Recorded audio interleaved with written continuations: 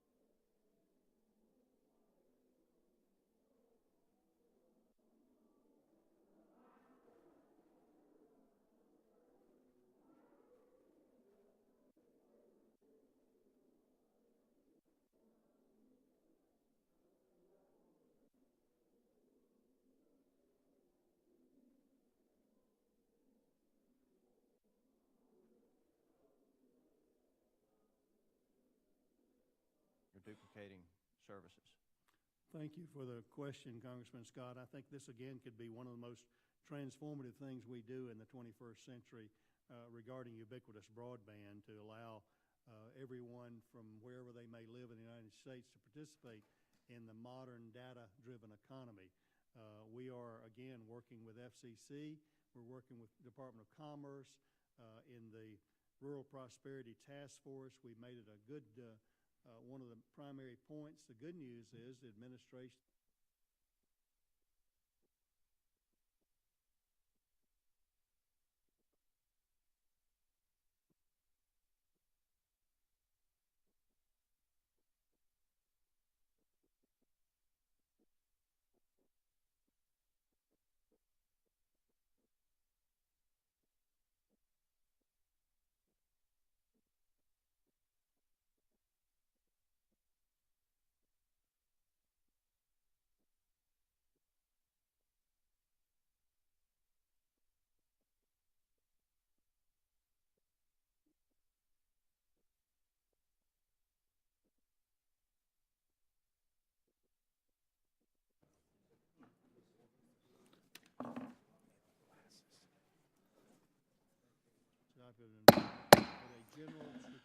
The committee will come to order. Without objection, the chair is authorized to declare a recess at any time. And pursuant to Committee Rule 5B and House Rule 11, the chair may postpone further proceedings on any question of approving any measure or matter or adopting an amendment on which a recorded vote or the yeas and nays are ordered.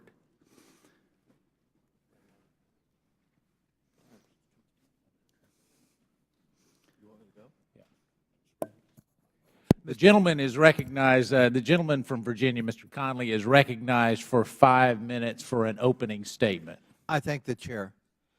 Mr. Chairman, our committee has a constitutional duty to conduct rigorous oversight of the executive branch. Unfortunately, my friends on the other side of the aisle have forsaken that duty. At our last markup in November, we were blocked on our request to vote on 6 motions to subpoena documents relating to critical issues that are legitimate issues before this committee. Since then, we've asked for an additional 13 subpoenas. We described each and every one of those requests in separate letters. We summarized them again in a letter to the Chairman just last week. We understand the Chairman personally may disagree with our requests, but our committee members deserve an opportunity to debate and vote on these motions, as we most certainly did during the Obama years. It is true that House rules provide that the Chairman can issue subpoenas unilaterally, but those same rules also provide that we as a body may vote to approve them. That's all we're asking for today. Some of these requests started out as bipartisan. For example, last year, the committee sent a bipartisan request to the Trump Organization. Since the President refused to divest his assets or set up a blind trust, it was important, we felt, for this committee to know, well, how would that organization collect and report foreign government payments? But the Trump Organization refused to produce those documents. They refused to provide specific sources of foreign government payments and the amounts of those payments. They completely rejected our bipartisan request for those documents. Now, it used to be that if somebody defied this committee, we would issue a subpoena. But that's not what happened here. In fact, the opposite has happened. The committee dropped it. My friends on the other side of the aisle said, you don't want to give us those documents? Okay, it's fine with us. So last month, every Democratic member of this committee signed a letter to the Chairman asking him to either issue a subpoena or allow us to vote on one. Having heard nothing, we've been forced to request today's motions and subpoenas. Our list of subpoena motions also includes government-wide issues that are central to our jurisdiction as a committee, like our request for copies of each agency's plans to downsize its workforce. Our subpoena requests are for a wide variety of agencies, including the White House, OMB, DHS, HHS, DOJ, FDIC, and outside entities in a wide variety of issues within our core jurisdiction.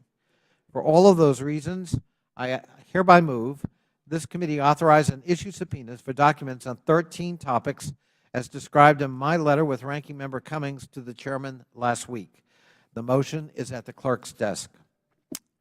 The gentleman from Virginia was recognized for the purpose of offering an opening statement, and therefore the motion that he mentions in his opening statement is not in order. Mr. Chairman? For what purpose does the gentleman seek recognition? A follow-up question to your ruling. Can the members of the committee expect a date certain whereby the issue of these pending subpoena requests will be addressed? Well, the gentleman's not stating a parliamentary inquiry, so what parliamentary inquiry would the gentleman be stating? When parliamentary inquiry, when would it be in order, Mr. Chairman, for the committee to consider pending outstanding requests for subpoenas? The only time that any motion for a subpoena would be in order is if it were actually included in the agenda, on the agenda, and as the gentleman from Virginia knows, that subpoena requests are not on today's agenda. Mr. Chairman, I thank the chairman for his response. I do wish to put my good friend from North Carolina and my colleagues on the other side of the aisle on notice. This is not an issue that will go away, and on our side of the aisle, we will persist, and sooner or later, we will prevail.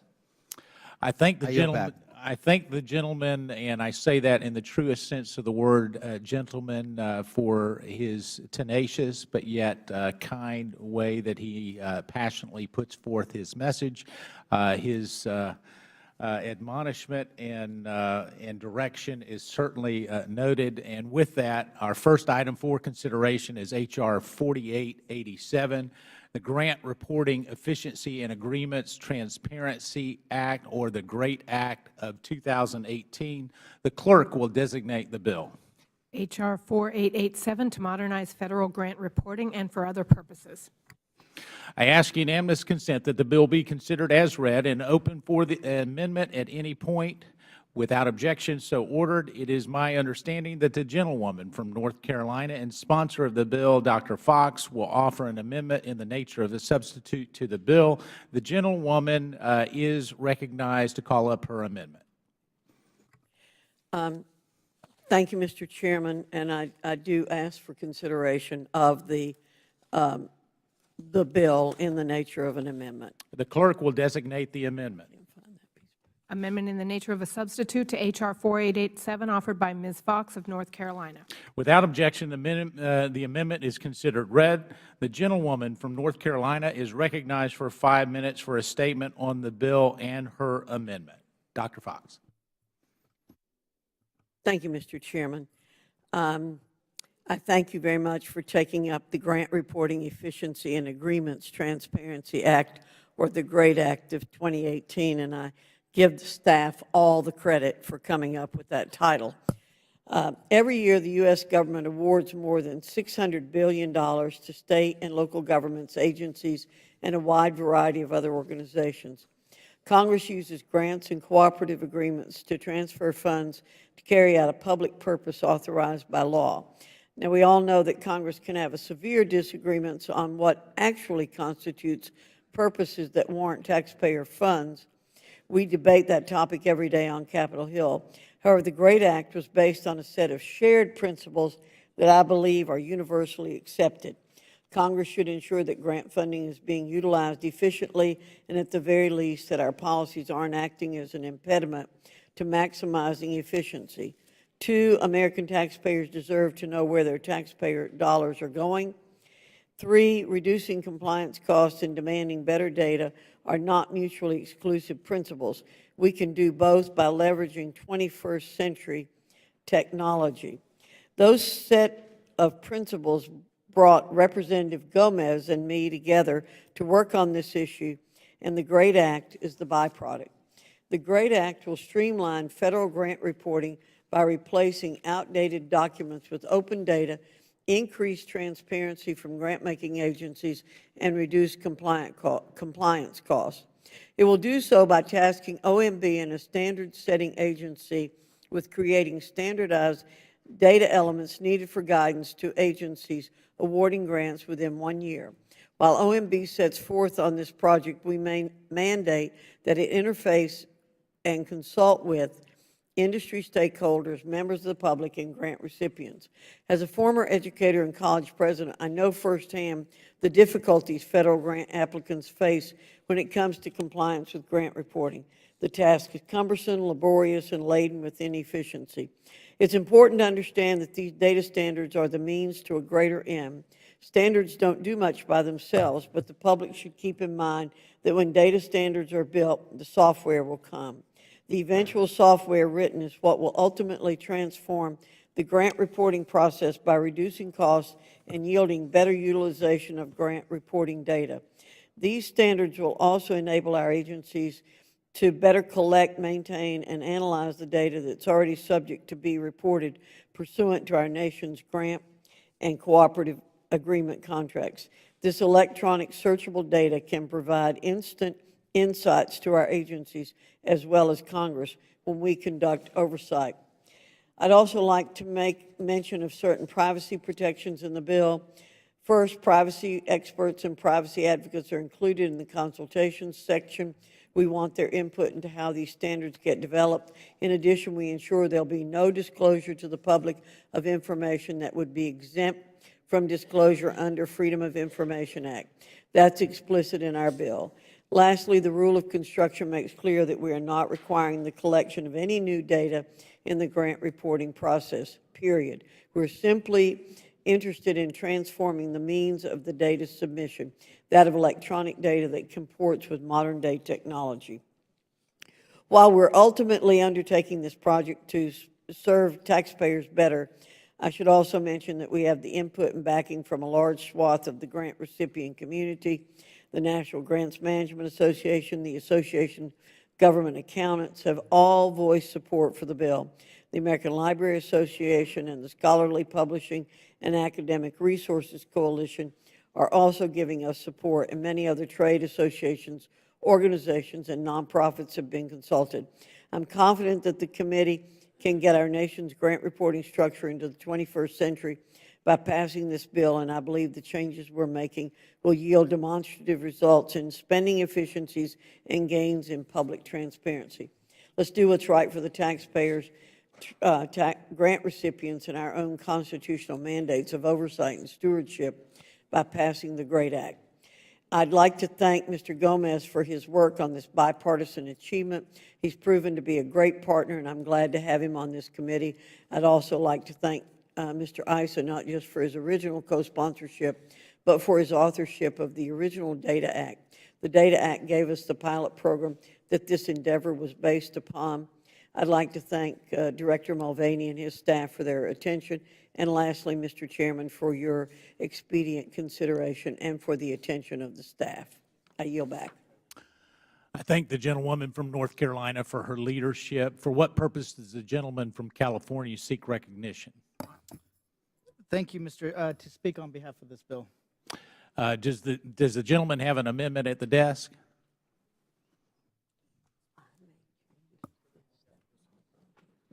The clerk will designate the amendment.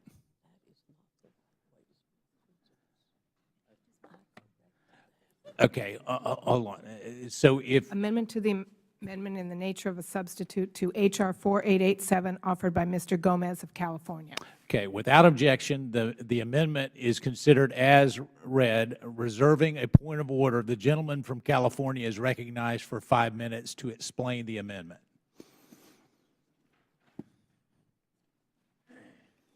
Mr. Chairman, I have an amendment at the desk. My amendment is meant to apply the standards established in the GREAT Act to government contractors. I understand that in the Data Act, the committee worked to modernize both grant and contracting reporting. I share the desire to apply the standards established in the GREAT Act to government contractors, and I will offer a standalone bill, once again with Representative Fox, so that we can properly address the contracting process. Given the magnitude of the federal contracts, I would like to take the time to conduct the due diligence necessary to make the GREAT Act even greater. It has been a pleasure to work across the aisle on this issue, and I look forward to working with Representative Fox and committee staff from both sides so that we can advance both contracting and grants bills to the House floor in the coming months. With that, I yield back to the chair. So does the gentleman withdraw his amendment? Yes, I do. The amendment is, without objection, the amendment is withdrawn. Does any other member wish to be heard? Mr. Chairman. Mr. Conley, for what Sure. purpose does the gentleman seek recognition? Mr. Chairman, I have an amendment at the desk. The clerk will designate the amendment. Amendment to the amendment in the nature of a substitute to H.R. 4887, offered by Mr. Connolly of Virginia.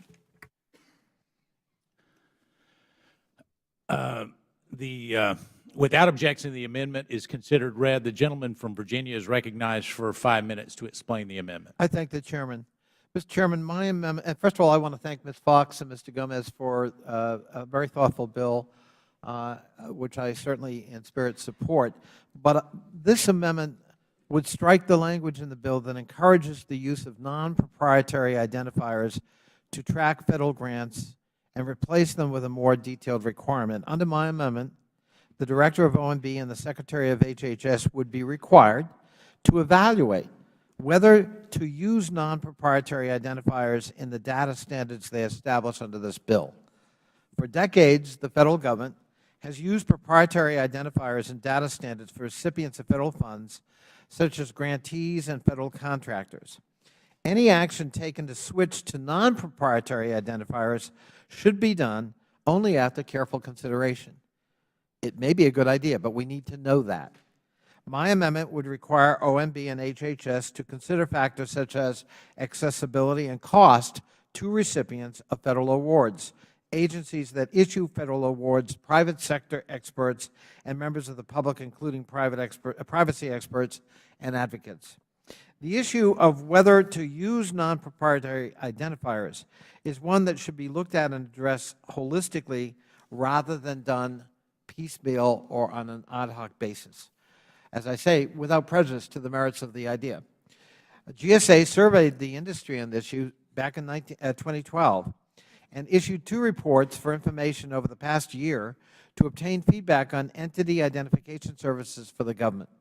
We must be careful not to govern by fiat and instead evaluate the most prudent course of action before forcing the executive branch to take an action that could, without intending to, cost taxpayers more money in the long run. So we await the study and the evaluation. This is a complex issue that deserves careful consideration and input from stakeholders. My amendment would simply require this issue be studied carefully first and action taken pursuant to those findings subsequently. I urge the committee, as a matter of prudence, to adopt this amendment. And I yield back. I thank the gentleman for his amendment. Does any other member wish to be heard? The gentlewoman from North Carolina is recognized for 5 minutes. Thank you, Mr. Chairman. I'm very tempted to force a debate on this issue because it's one that I feel very strongly about. However, out of the spirit of bipartisanship we've experienced thus far on this bill, I'm not going to do that. However, I will say it's passing strange that members who publicly profess to want transparency and restoration of Article I authority are willing to allow a monopolistic operation to continue. That being said, the debate over a non-proprietary standard for identifiers is central to that of any debate on government data and transparency in our government's procurement process. To speak plainly, the current framework that relies on a proprietary identifier to track our government's processes enshrines an effective monopoly. That is not my characterization, that's the characterization of the GSA. Because the government uses this proprietary identifier, any user of grant and contract information must purchase a license in order to download and use that data Dun & Bradstreet owns, the DUNS number, and charges royalties for its use. While a rule was finalized to stop the legal requirement of this proprietary product, the government-wide contract stemming from this relationship is still binding. If you're outside the government, you must purchase a license to any data that includes the DUNS number and go through Dun & Bradstreet if you want full access to public data, data that shows the expenditures of taxpayers' money. According to GAO, proprietary restrictions on GSO's use of the DUNS number limits, quote, how and where Dun & Bradstreet data can be used. This is taxpayer data and data that stems from public spending. Yet we continue to rely upon a framework that enriches one sole contractor in exchange for obtaining it. The lack of competition has led to rising costs, according to GSA. Anticipated benefits of replacing the DUNS number include long-term savings, unlimited data rights, and greater transparency, according to GAO. That sounds a lot like what we're trying to accomplish under the underlying GREAT Act. If the government switched to a non-proprietary identifier for grantees, data about federal grant spending would become freely available to taxpayers and analytics companies. I understand that some of my colleagues believe that we should simply remain silent on this issue, that we should let the current contract before we should act and let the executive branch decide this. I think that's wrong. It ignores the fact that this is an Article I issue. After all, the programs that necessitate the use of a DUNS number are created by Congress. These contracts are used to acquire services for the direct benefit of an agency to fulfill a duty of government, or in the case of grants, achieve what Congress has identified as a public good, and Congress is responsible for funding those duties and grants. Is it not the duty of Congress to ensure that we're controlling costs in our procurement processes? Is it not the duty of Congress to ensure that those outside the government can analyze data and provide needed accountability with having to go through a gatekeeper of the public's information? This issue is not going away. It'll continue to be debated in every matter related to efficiency in government, transparency in government spending, and the central question of who owns government data. I believe we should be tearing down barriers to taxpayer-funded data, not perpetuating monopolies. I believe we should be utilizing systems and 21st century frameworks that create efficiencies, not limit them.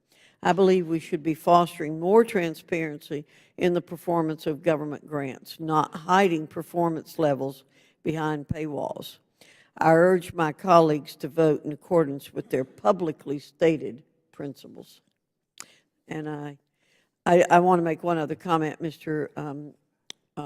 Chairman, and that is I want to thank Mr. Gomez for his comments on his amendment related to adding contracting to the original bill, and I publicly state I will work with him and co-sponsor a bill of his related to the contracting issue. I yield back. Does any other member wish to be heard? The gentleman from Oklahoma, Mr. Russell, is recognized for 5 minutes. Thank you, Mr. Chairman. And I certainly applaud Dr. Fox for her unwavering and untiring work to try to make government more efficient. I think the underlying bill certainly gets at a lot of the need when it comes to grant abuses, and this is something that we have discussed in the past and that we need to get to. I am a bit concerned with a couple of aspects as we move forward, and you make an excellent, or Dr. Fox makes an excellent point, Mr. Chairman, about the government-owned data and who truly has access to it and who owns it. But I think there's a couple of things worth bearing in mind as we approach this. In the past 5 years, 1.3 million new entities were registered into the existing system. And looking forward, if a non-proprietary ID system was required by law, each entity would need to re-register into a new system that would cost time and money. So it's not necessarily freely available under a new system. A non-proprietary identifier option has varying costs that grantees could have to pay, anywhere from $75 to $128 for each new registration, and it doesn't end there. These costs could continue to increase upon the user from $50 to $91 per year in annual renewals. That, in sum, means that whoever this new entity providing the services would be raking in $50 million plus in fees, which are currently not garnished. And this would essentially create an unfunded mandate on grant awardees. And so that's where I think some of the concern comes from. The language also could necessarily limit government in which solutions they can pursue to meet future needs if non-proprietary identifier language were to go forward. And the process by which the contract has been awarded has been reviewed several times, including having contract recompete competitions. And a full and robust process should be supported to ensure taxpayers receive the best solutions. I think we're all in agreement of that. But legally prohibiting an entity from competing due to the type of solution they provide is anti-competitive and could be viewed as the government picking winners rather than losers, which I don't think is the intent, knowing the members of this committee, of any member. I think we all want what is best, not only for the user, but for the efficiency of government. And so that's why, Mr. Chairman, I think Mr. Connolly's amendment makes sense. I will support it. I think there are some factors here, as I've laid out, and others, and Dr. Fox certainly makes some good points. And as was stated earlier, it is probably worthy of a full debate on that, and we've not really had that. So because of that, I will be supporting the Connolly amendment. Would my friend yield? I would be happy to. I want to thank him. I think he said it as well as can be stated. This is not about somebody wants transparency, somebody doesn't. This is about methodically making sure that there aren't unintended consequences. We have a system in place. If we're going to change it, it has to be fact-based. That analysis has to be before us. And we do have studies that are ongoing that hopefully will help provide that guidance. If and when that guidance is provided and we're persuaded of the merits of changing, I'll gladly join with Ms. Fox in voting for that. But that evidence is not in front of us, and as my friend from Oklahoma has very ably identified, this could have unintended consequences just doing it by fiat in terms of costs to the system, to grantees, and to federal agencies we don't need to incur. And so I thank the gentleman for his thoughtful intervention, and I yield back to Mr. Chairman, Russell. I'm reclaiming my time. I would like to give the remainder to Dr. Fox for any comments she may have as well. Well, I'd just like to ask the gentleman from Oklahoma a question. I heard you say, I think, that the potential benefit to the proprietary entity is $50 million. Is that the number that I heard you say? It could be estimated, and really it would, an accurate number, Dr. Fox, would be an extrapolation of the $50 to $91 annual renewals plus the re-registration of every entity at $75 to $128. Thank you. And I yield back, Mr. Chairman. I thank the gentleman. The chair recognizes the gentleman from Massachusetts who the chair reluctantly overlooked just a few minutes ago. So my sincere apology with a recognition for 5 minutes. No offense taken, Mr. Chairman. Thank you so much for recognizing me. I do want to compliment Dr. Fox and Mr. Gomez for your bipartisan work together, and I appreciate and associate myself with the remarks of the gentleman from Oklahoma in support of Mr. Connolly's amendment. The breadth and the scope of the government use of private contractors puts a lot of pressure on the security clearance process. And for more than 6 months, the White House has been withholding from our committee documents relating to its protocol for suspending security clearances while it investigates allegations of a national security risk.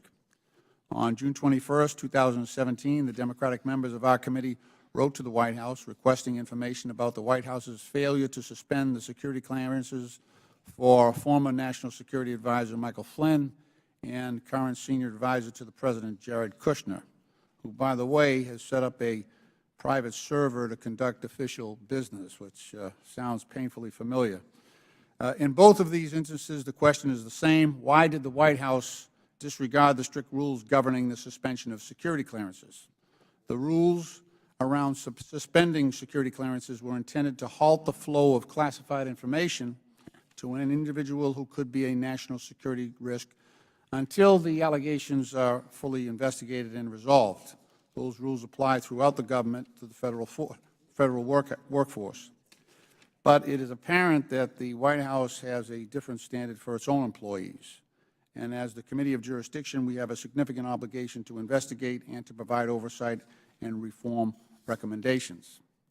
In the case of Mr. Kushner, he submitted a national security clearance application listing no foreign contacts.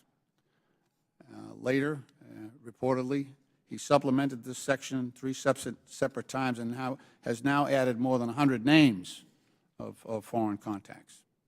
In October 2017, the director of the National Background Investigation Bureau testified that Mr. Kushner's errors and omissions were unprecedented. And for these reasons, on January 18, 2018, Ranking Member Cummings and members of this committee requested that Chairman Gowdy issue a subpoena or permit a full committee to vote on a subpoena to compel the White House to produce its policy in suspending security clearances, as well as the specific considerations that govern the case of Mr. Kushner and General Flynn. Chairman Gowdy refused to issue those subpoenas and refused to put this on the agenda for today's hearing. So, Mr. Chairman, with all due respect, this is information that is critical to our oversight function. This security clearance procedure is incredibly important. It's something that you and I and members of this committee have worked on in the past in protection of our federal employees, co-contractors, our military, and civilian personnel. And it's a matter that I think you agree is in our committee's direct jurisdiction, in which GAO just elevated to its high-risk list. So, Mr. Chairman, I'm just asking a courtesy that you might consider scheduling a vote on a subpoena to get the necessary information about what the White House is doing with security clearances. I think it's right in our wheelhouse. It has to do with all of the contracting that we're talking about here today. It affects every single contract, and it just mystifies me that we had, I think, 9 hearings because Secretary Clinton has set up a home server and conducted official business. And now we don't care so much because this was Jared Kushner who set up a private server and is doing it.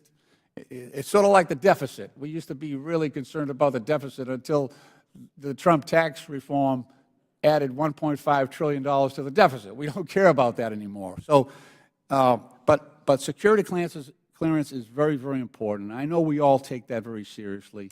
I know that my Republican colleagues are as equally interested in making sure we get that system right, and that's what we're looking to do here. I'm not trying to make political hay, but I'm using it as an example so that we can get to the heart of the matter, which is to have a security clearance process that has integrity, that is reliable, and that is equally applied to all federal employees. So, Mr. Chairman, I thank you for your courtesy, and I yield back. I thank the gentleman for his kind remarks and his tenacious spirit. The chair recognizes the gentleman from Michigan, Mr. Mitchell, for 5 minutes. Thank you, Mr. Chair. I assure you I won't take 5 minutes, and I will talk about the GREAT Act.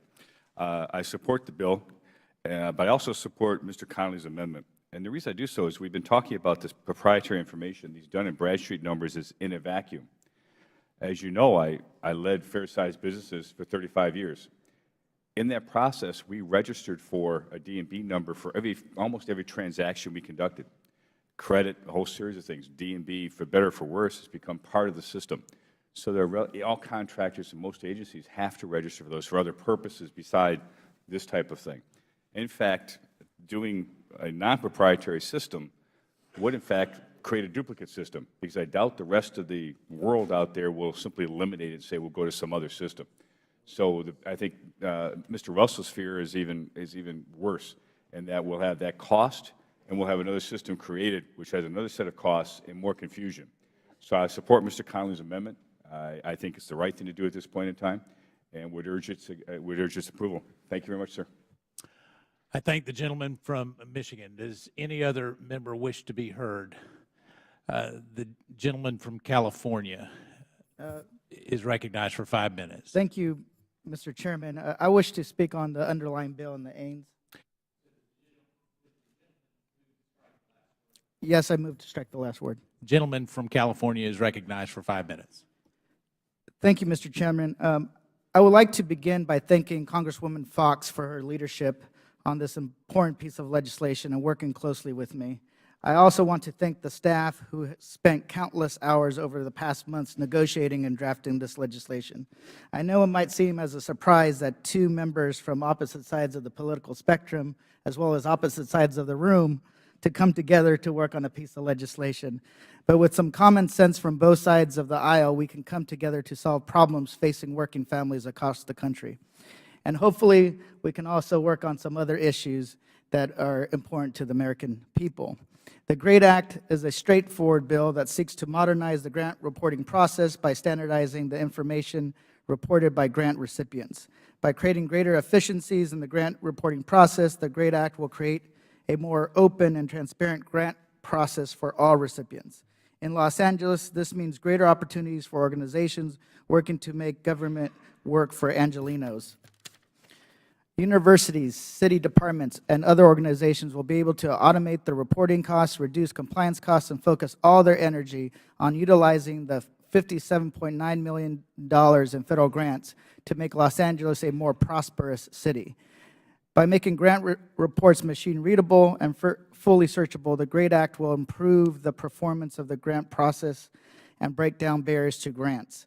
Nonprofits and other community organizations will have better access to federal grants so they can leverage federal dollars to maximize their local impact. It is my hope that the GREAT Act will be a small but significant step towards ensuring that government works as efficiently as possible for the American people.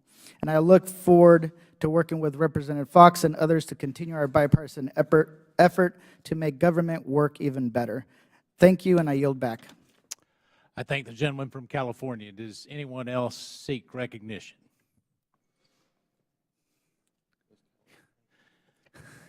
The gentlewoman from Illinois is recognized for 5 minutes. Thank you, Mr. Chair. I move to strike the last word. The gentlewoman is recognized.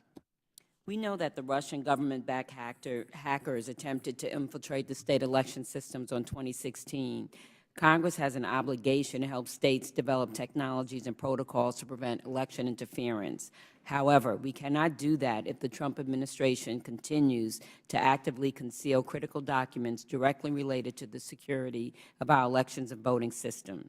In May 17, 2017, in mid-September 2017, numerous press outlets reported that the Department of Homeland Security notified 21 states, including my home state of Illinois, that they were identified as targets of Russian government-linked hacking attempts into their election systems. On October 20, 2017, Ranking Member Cummings and I sent a letter to DHS requesting documents relating to these Russian-backed efforts to monitor, penetrate, or otherwise hack at least 21 state election systems in the 2016 election. We requested those documents by October 31, 2017. After more than 5 weeks, DHS produced just one email with a 13-sentence script that department employees apparently read over the phone to the state election officials with no information referring to any specific state or attack. On November 29, 2017, during a joint subcommittee hearing on the cybersecurity of voting machines, I introduced our October 20th letter into the official hearing record and questioned DHS official Christopher Krebs on when documents would be provided in response to that letter. Chairman Hurd echoed my request for more information on these hack attempts, and Mr. Krebs assured me that a response would be forthcoming.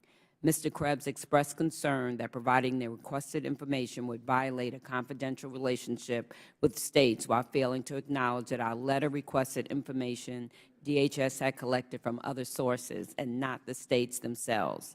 On January 3, 2018, the subcommittee sent Mr. Krebs' official request for the record that included a request from myself and Ranking Member Demings to produce documents related to these attempts to hack state election systems, as well as details regarding the manner and substance of DHS notifications and follow-ups to affected states. To date, despite multiple requests and Mr. Krebs' assurances at our hearing, DHS has provided no further information. Mr. Chairman, we need this information to do our job, and asking DHS nicely and even official committee questions for the record have not worked. Mr. Chairman, this is why we need to subpoena these documents from DHS. but you have blocked us today from taking a vote on subpoena. Mr. Chairman, when will you schedule a vote on this subpoena so that we can obtain these documents from DHS? I yield back. I thank the gentlewoman for her kind comments. Is any other member wish to seek recognition? The gentlewoman from Michigan is recognized for 5 minutes. New Jersey, I'm sorry. I was looking beyond Michigan right to New Jersey. All right, the gentlewoman from New Jersey, my apology. Thank you, Mr. Chairman. Mr. Chairman, on September 18, 2017, the New York Times reported that, and I quote, Trump administration officials under pressure from the White House to provide a rationale for reducing the number of refugees allowed into the United States next year rejected a study by the Department of Health and Human Services that found that refugees brought in $63 billion more in government revenues over the past decade than they cost. The Times story specifically named White House advisor Stephen Miller as having participated in modifying this report to cherry-pick data that would justify his argument that the government should sharply reduce refugee admission numbers. Let me repeat that. The allegation is that the White House staff removed the facts from the HHS report that showed that refugees are a massive net economic benefit to our economy, because that apparently did not fit in with the White House narrative. Clearly, this issue needs investigation. So on September 26, 2017, ranking members from this committee and the House Judiciary Committee sent letters to the White House and to HHS requesting drafts of this report and all the communications about the edits to the report. The White House ignored the letter entirely and provided us with no response. HHS responded 2 months later with a cursory letter that refused to provide any of the requested documents. Meanwhile, the Trump administration announced that it was decreasing the refugee admissions cap to 45,000 for the coming year, the lowest level in decades. On January 12, 2018, ranking members Cummings and Lynch wrote to Chairman Gowdy seeking subpoenas for the documents that the White House and HHS have now withheld for more than 4 months. Federal policy must be based on the best available evidence and fact, and it is unacceptable if the White House is interfering with agency work by doctoring reports and removing relevant information.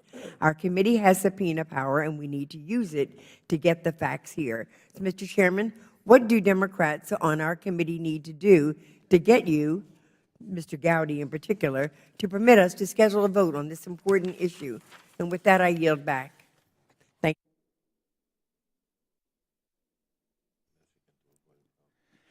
I thank the gentlewoman. The gentlewoman from Michigan is seeking recognition. The real. And she's recognized for 5 minutes. That's right, from Michigan.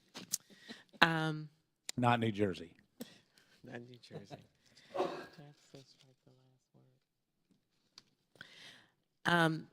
Mr. Chairman, I want to speak to the need for a subpoena so that this committee can obtain a full and unredacted copy of the DHS Inspector General's report about the implementation of the President's first Muslim ban.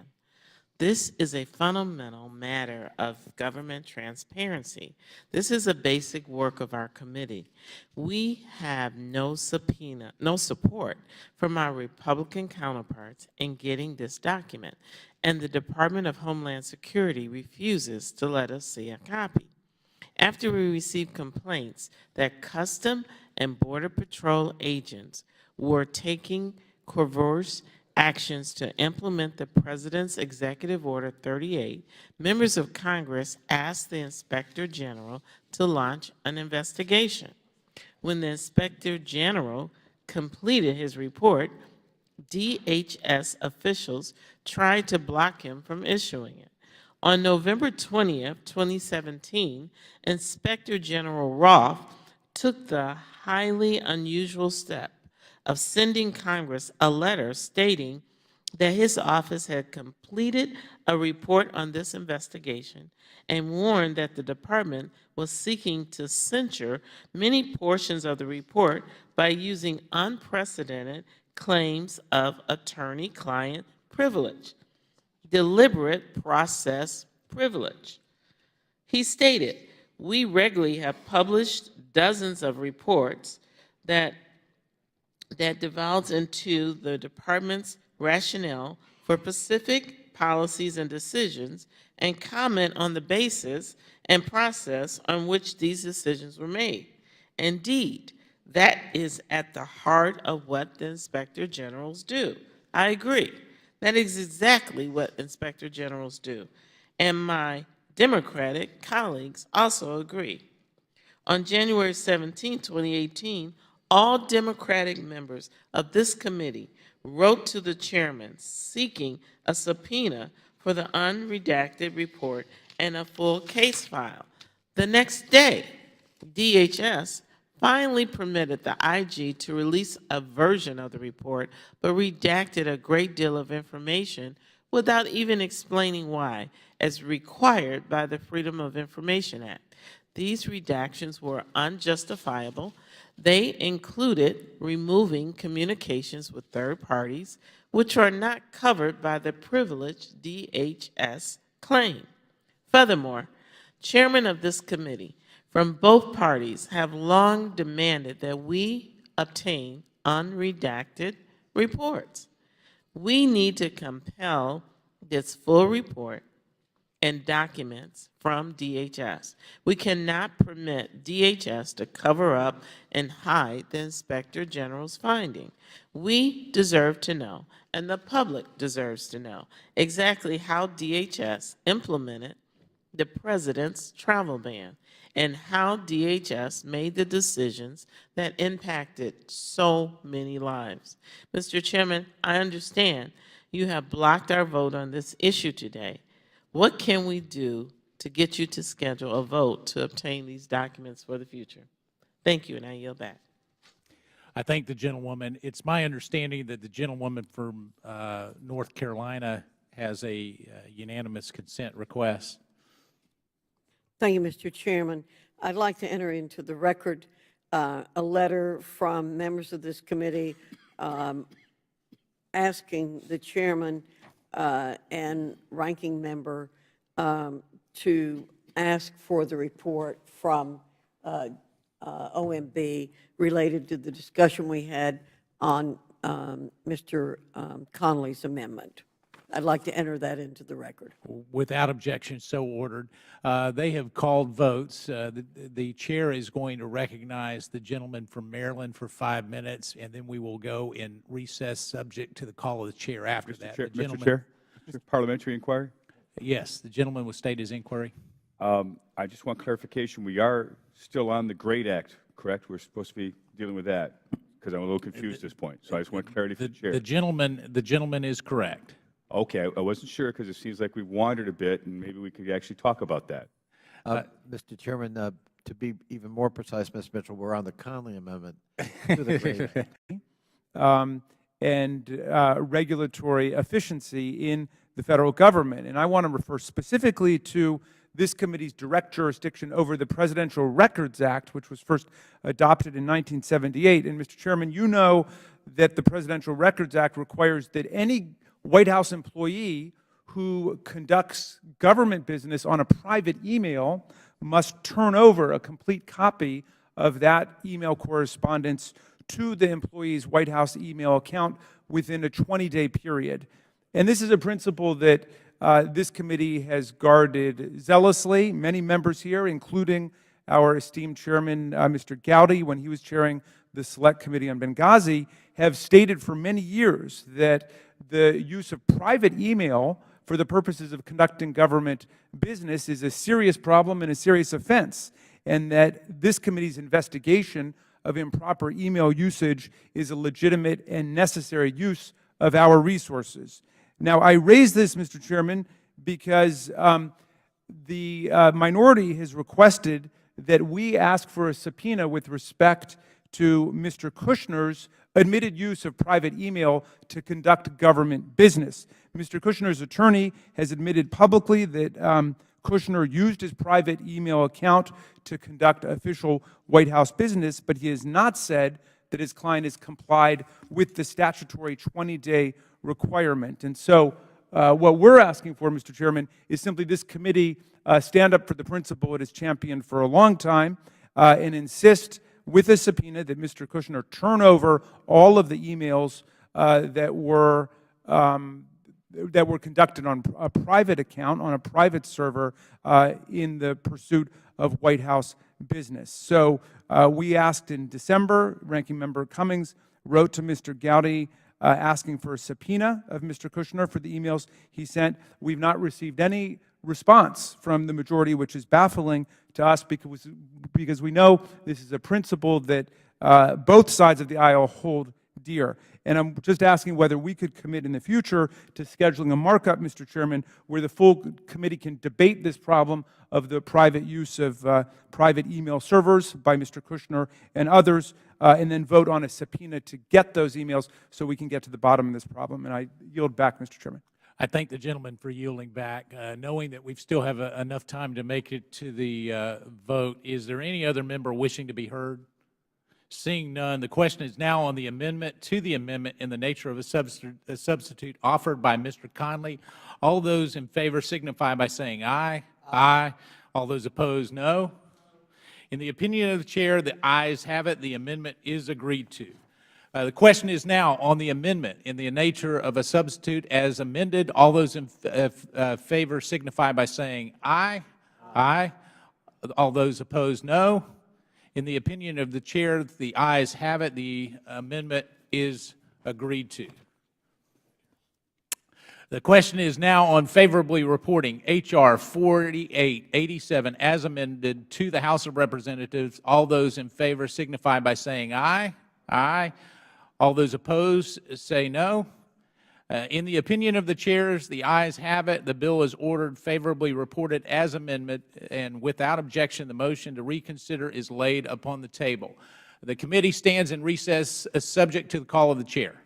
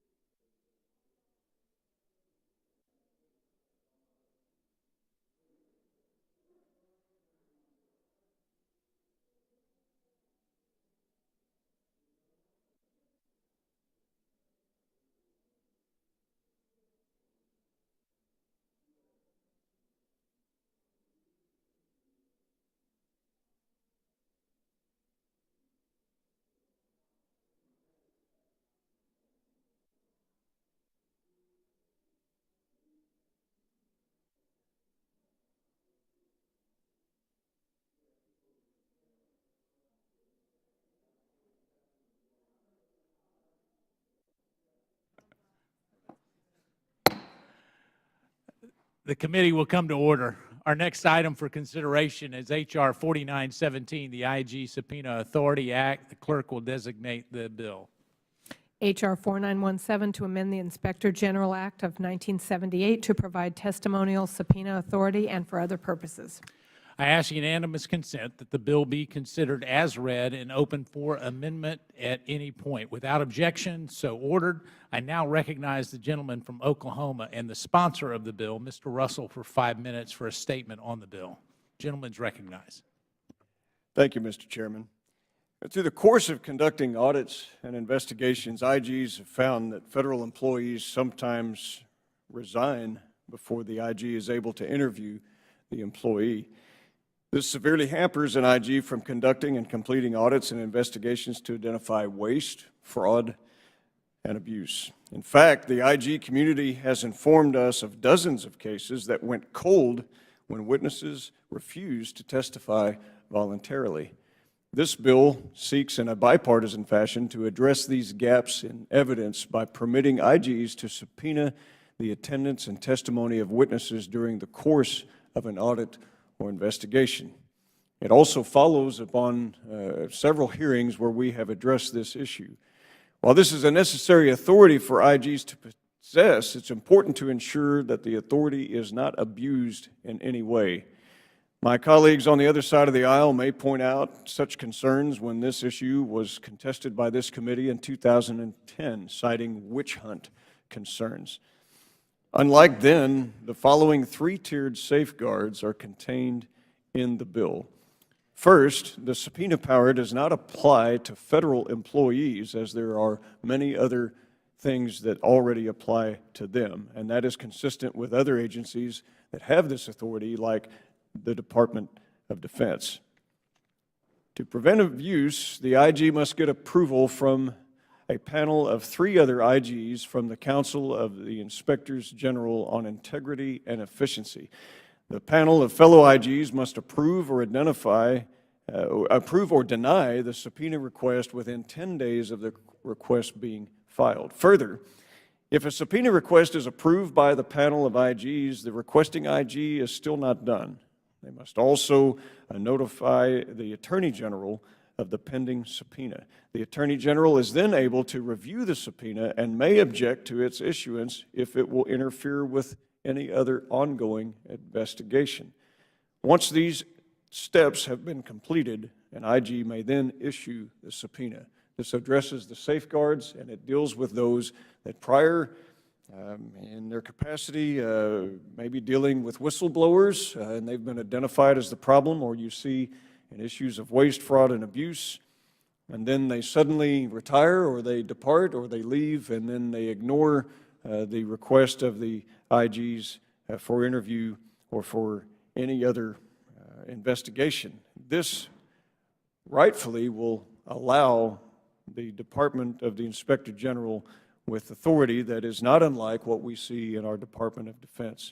The committee held a hearing, Mr. Chairman, in November 2017, highlighting many of the issues that IGs face when conducting their oversight. And during that hearing, Mrs. Kathy Buller, the Peace Corps Inspector General and Chair of the Legislation Committee at the Council of the Inspectors General on Integrity and Efficiency, spoke about the many legislative priorities for the IG community.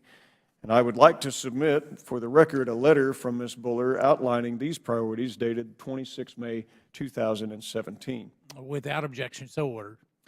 Testimonial subpoena authority has been a top priority for Inspectors General for a long time. It does apply to non-federal employees, not those that are currently in the system. Last Congress, this committee and the House passed a version of the Inspector General Empowerment Act that contained a provision very similar to this bill, and it had bipartisan support. Unfortunately, we were unable to get these provisions through our colleagues in the Senate, and testimonial subpoena authority was not included in the bill that became law, to the detriment of good oversight and reform. Again, this is a vital tool that IGs can use to conduct and complete thorough audits and investigations. IGs are an essential partner for Congress and, by extension, to we the people that empower government. In fiscal year 2016 alone, the IG community's work resulted in potential savings totaling approximately $45 billion. We must provide inspectors general with the tools they need to fully accomplish their mission. Testimonial subpoena authority is one such tool, and a critical one at that. Mr. Chairman, I urge my colleagues to support this bill, and I yield back. I thank the gentleman from Oklahoma. I now recognize the gentleman from Virginia, Mr. Conley, for 5 minutes for a statement on the bill. Thank you, Mr. Chairman, and I want to thank our friend from Oklahoma for a thoughtful bill I certainly intend to support. I know he's put a lot of care into this, and for the record, Mr. Cartwright had a conflicting commitment at this time, but he wanted me to point out a lot of the protections Mr. Russell has in the bill that would, I think, ameliorate a lot of concerns that have raised in the past. I would simply ask my friend that if he would be committed to working with us to explore further limiting the bill to allow subpoenas of only allow subpoenas of former federal employees and recipients of federal funds. In 2010, the Washington Post editorial board advocated that testimonial subpoena authority for inspectors general be tailored in this way, and I would simply ask if my friend would try to work with us to see if we can address that concern as we try to move forward. Well, I thank the gentleman from Virginia. I yield. And as you can see from the three-tiered safeguards in there, many of the 2010 concerns are addressed in that fashion, and I look forward to continuing to work together. I thank my friend, and again, I thank him for his thoughtful contribution, and I yield back. Does any other member wish to be heard?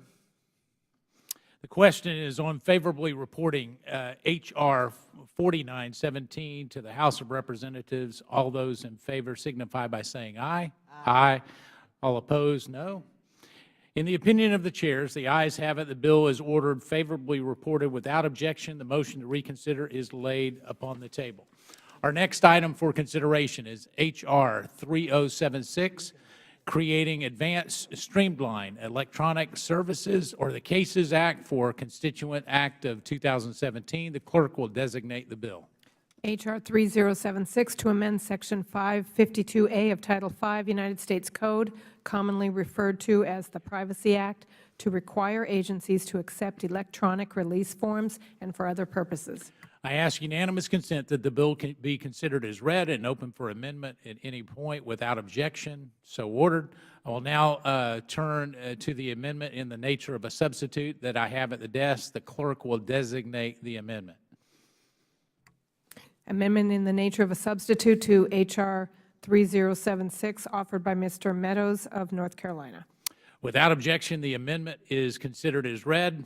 I now recognize myself for 5 minutes for a statement on the bill and the amendment. H.R. 3076, as amended, helps Americans obtain assistance from federal agencies by allowing them to submit Privacy Act waivers electronically.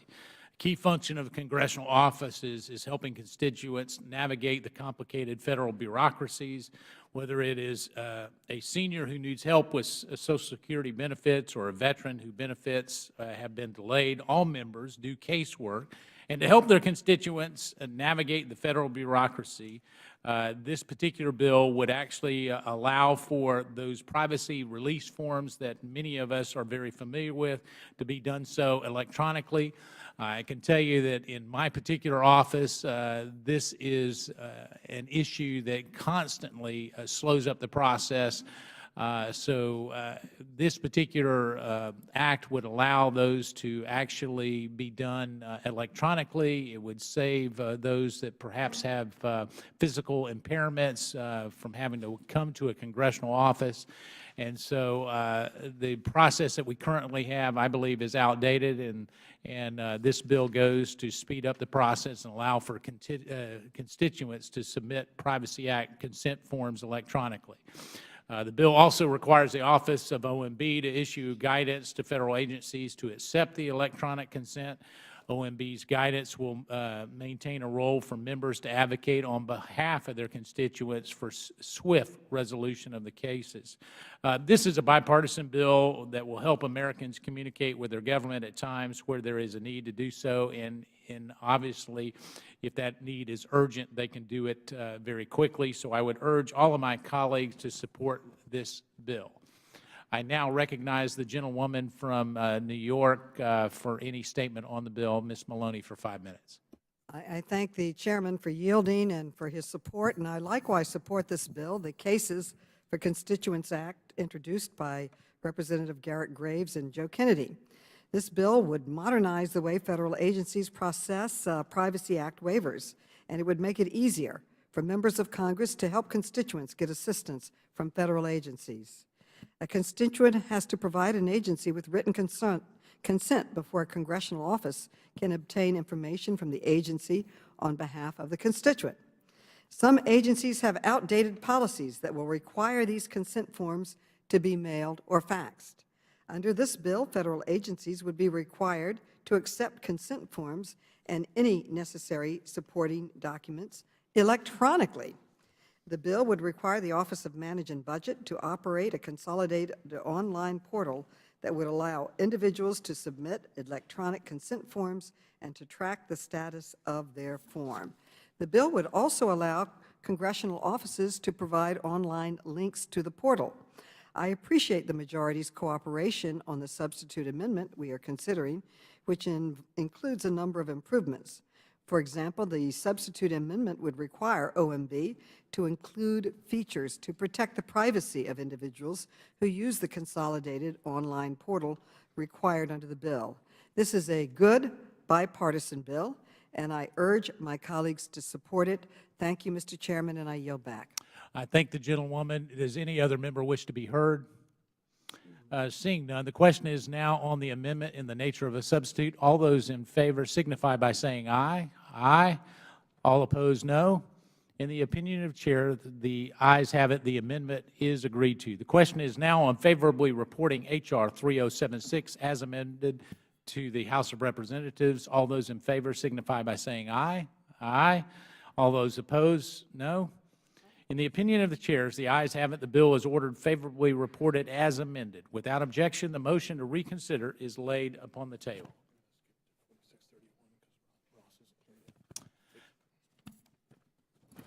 Our next item for consideration is actually H.R. 4631, the Access to Congressionally Mandated Reports Act. The clerk will designate the bill.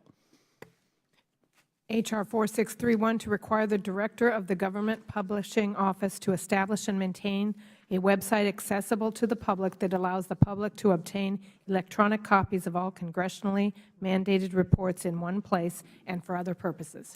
I ask unanimous consent that the bill be considered as read and open for amendment at any point. Without objection, so ordered. I now recognize the gentleman from Michigan for 5 minutes for a statement on the bill. Thank you, Mr. Chair. This bill is sponsored by Representative Quigley and has bipartisan support, which is the subject of today's a lot of bipartisan bills today. Federal agencies are required to produce numerous reports every year. Many of the reports provided that is integral to Congress's actions that citizens and other agencies will want to see. However, it's very difficult to track down older reports, and there's no single repository where the public can go to see these reports themselves. H.R. 4631 will solve that problem. The bill directs the Government Publishing Office to bring together every congressionally mandated report produced by federal agencies into one publicly accessible portal website. H.R. 4631 will give the public access to the important information contained in congressionally mandated report and will allow them to search for those reports. The bill includes necessary safeguards to allow redaction of sensitive information based on the exemptions outlined in the Freedom of Information Act. The reports will be available to the public free of charge and in a fully usable format. This will allow the report to be searched, sorted, and downloaded in bulk. Congressionally mandated reports should be publicly available in an easily accessible way. These reports often contain valuable information about agency compliance with congressional mandates, information valuable to researchers and citizens. By giving citizens access to these reports, they will be able to judge themselves the quality of agencies' compliance and, in fact, our work. The taxpayers pay for these reports. Shouldn't they be able to read them H.R. 4631 will increase transparency and allow for better accountability and oversight. I urge my colleagues to support the bill. I yield back. I thank the gentleman. The chair recognizes the gentlewoman from New York, Ms. Maloney, for a statement on the bill. Thank you very much, and I thank Representative Mike Quigley for his persistence in pursuing this good government legislation, and also Paul Mitchell for his statement and hard work on this bill. H.R. 4631, the Access to Congressionally Mandated Reports Act, is a non-controversial, bipartisan bill that should earn the support of everyone on this committee. It has already been approved by this committee by voice vote prior.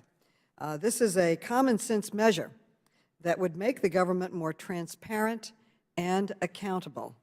The bill would create a one-stop shop where Congress and members of the public could access reports and request reports and access agency reports to Congress.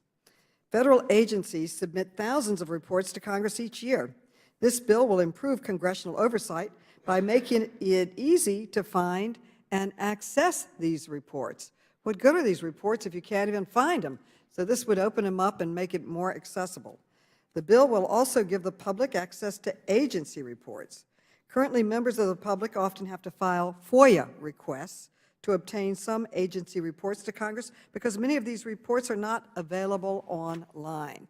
The Access to Congressionally Mandated Reports Act has been endorsed by almost 40 different bipartisan organizations across the entire political spectrum. I support this bill, and I urge my colleagues to support it. Thank you, Mr. Chairman, and I yield back. I thank the gentlewoman. Does any other member wish to be heard? Mr. Chairman, For what purpose does the gentleman from Michigan seek recognition? I have an amendment at the desk. The clerk will designate the amendment. Amendment to H.R. 4631, offered by Mr. Mitchell of Michigan. Without objection, the amendment is considered as read. The gentleman from Michigan is recognized for 5 minutes to explain the amendment. Thank you, Mr. Chairman. This amendment is simply a perfecting amendment to make minor changes to H.R. 4631, the Access to Congressionally Mandated Reports Act. First, the legislation replaces the word website in the bill with the phrase online portal to represent more current technology. The change guarantees that the intent of this legislation endures any advances in technology that may impact how citizens access and view these reports. Second, the amendment rewrites the section of this bill that relates to the Freedom of Information Act. These edits are meant to further clarify that this legislation does not require agencies to disclose information that may jeopardize our national security or otherwise require the government to release sensitive information to the public. I urge my colleagues to support this amendment and the underlying legislation, and I yield back. Does any other member wish to be heard? The question is now on the amendment offered by the gentleman from Michigan. All those in favor signify by saying aye. Aye. All opposed, no. In the opinion of the chair, the ayes have it. The amendment is agreed to. The question is now on favorably reporting H.R. 4631 as amended to the House of Representatives. All those in favor signify by saying aye. Aye. All those opposed signify by saying no. In the opinion of the chair, the ayes have it. The bill is ordered favorably reported as amended. Without objection, the motion to reconsider is laid upon the table.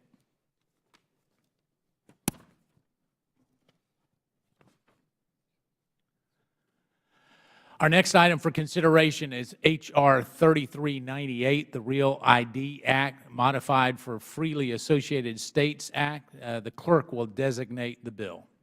H.R. 3398, to amend the Real ID Act of 2005 to permit freely associated states to meet identification requirements under such act and for other purposes. I ask unanimous consent that the bill be considered as read and open for amendment at any point. Without objection, so ordered. I now recognize the gentleman from Florida, Mr. Ross, for 5 minutes for a statement on the bill. Thank you, Mr. Chairman, and thank you for calling this bill up for markup. In 1986 and in 1994, the United States government solidified a unique international relationship by signing the Compacts of Free Association with the Republic of Marshall Islands, the Federated States of Micronesia, and the Republic of Palau. Collectively, these three foreign nations are referred to as the freely associated states. Under the Compact of Free Association, citizens from the freely associated states can enter the U.S. to live, work, and study indefinitely as legal non-immigrants without the need for a visa. However, the REAL ID Act of 2005 made no mention of the freely associated states or the Compact Agreement. Instead, the law referred to, quote, to the trust territory of the Pacific Islands, close quote, a now-defunct entity created after World War II. The former trusteeship predated the current self-governing status of the freely associated states as established under the Compact of Free Association. The unintended omission in the REAL ID Act often requires citizens of the freely associated states, or FAS citizens for short, to settle for temporary driver's licenses that expire after 1 year. Some employers have been reluctant to hire or retain FAS citizens carrying temporary licenses. Many of these citizens have also been denied access to work, housing, transportation, schools, and other opportunities, even though they are lawfully residing in the United States. H.R. 3398 aims to provide a simple technical correction to resolve this issue. It would omit the incorrect term and insert the appropriate reference under, quote, evidence of lawful status, close quote. After proper verification of status, states will be authorized to issue permanent driver's licenses and other forms of ID to FAS citizens living and working in the U.S. Fixing this unintended error in the law honors the terms of our Compact of Free Association and reaffirms our partnership with the 3 FAS nations. I urge my colleagues' support of this bill, and I yield back my time. I thank the gentleman. The Chair now recognizes the gentlewoman from New York, Ms. Maloney, for 5 minutes. Thank you, Mr. Chairman, and thank you, Mr. Ross. The bill before us would make a technical correction to the REAL ID Act of 2005. That act incorrectly identified persons from the Marshall Islands, Micronesia, and Palau as citizens of the trust territories of the Pacific Islands, an entity that has not existed since 1994. I support this bill, and I urge my colleagues to do so as well. It is bipartisan, nonpartisan, and a needed change. Thank you, Mr. Chairman, and I yield back. Thank you. I thank the gentlewoman. Does any other member wish to be heard? The question is now on the favorably reporting of H.R. 3398 to the House of Representatives. All those in favor signify by saying aye. Aye. All those opposed signify by saying no. In the opinion of the Chair, the ayes have it. The bill is ordered favorably reported. Without objection, the motion to reconsider is laid upon the table.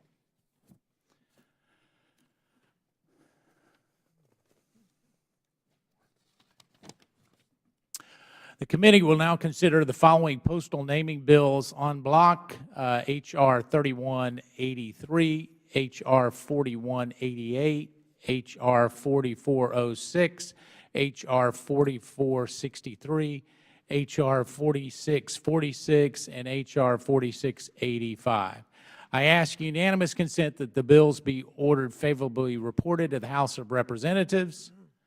Without objection, so order. In addition, I ask unanimous consent that the postal naming bill H.R. 4405 be ordered favorably reported as amended by the amendment in the nature of a substitute at the desk. Without objection, so ordered. I ask unanimous consent that the staff be allowed to make necessary technical and conforming changes to the bills ordered reported today, subject to the approval of the minority. Without objection, so ordered. And if there is no further business without objection, the committee stands adjourned.